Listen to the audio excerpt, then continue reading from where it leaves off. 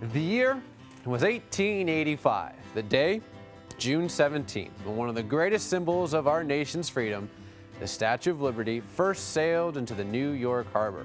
For almost 130 years, she has stood as a beacon, a sign of hope, and an enduring symbol of the American dream. She has welcomed countless immigrants, and millions come to see her every year. Safe to say, we all love her, and for the most part, we think we know her. But do we? Come on. Let's go to Amy Holmes from Real News. Hey, Raj. How are Welcome. you? Good to see you. Now, Lady Liberty, quite spectacular. tell me about her.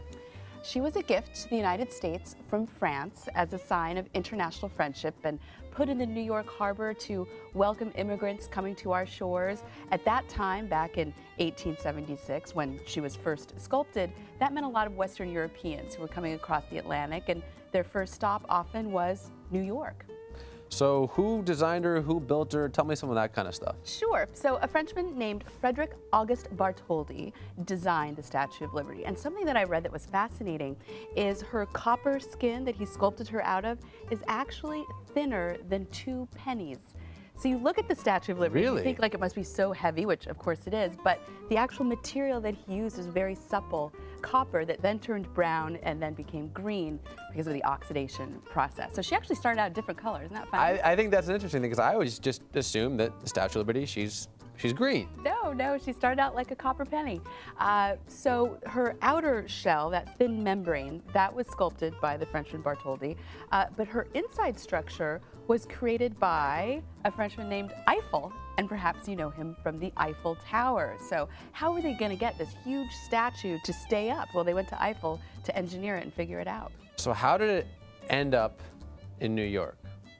Well, it was shipped across the Atlantic with the intention of being a gift of America's 100th birthday to celebrate July 4th, 1776, when we declared our independence.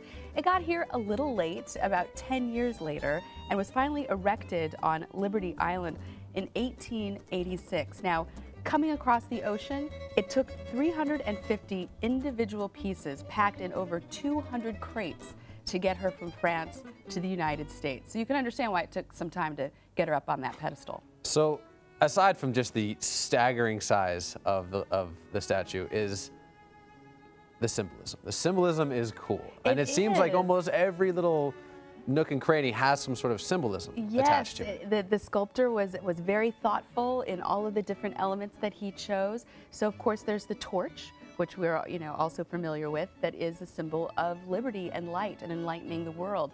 Then you have the Statue of Liberty's crown with 7 points on it. Those 7 rays of the sun are actually the 7 seas and the 7 continents of the whole world. I did not know that. I had no idea either.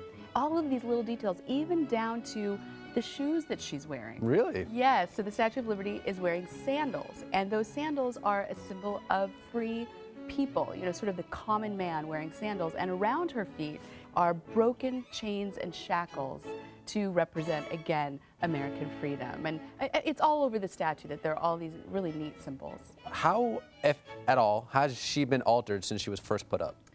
So the first real reconstruction was in 1916 during World War I, and that's when some German saboteurs, they exploded munitions on an island near the statue, and it did damage to the statue, in particular the torch. So we had to go and repair the torch, but what's kind of interesting and maybe a little sad is the torch has been closed to anybody being able to go in it ever since. And then after the World Trade Center disaster in 2001, Lady Liberty was actually closed for 3 years. And I don't know if you remember, there was scaffolding all around it. It was really interesting. So they were doing work on her just as recently as a little over 10 years ago. So it's kind of the story of America in this one little statue, because you've had World War I affected, the September 11th affected, Sure, Hurricane storms, Sandy affected. Sandy, exactly, and yet there she is, standing tall, standing proud, and enduring. You see how she just wraps things up like that? Amy, Thanks so much, thank Raj. you so much.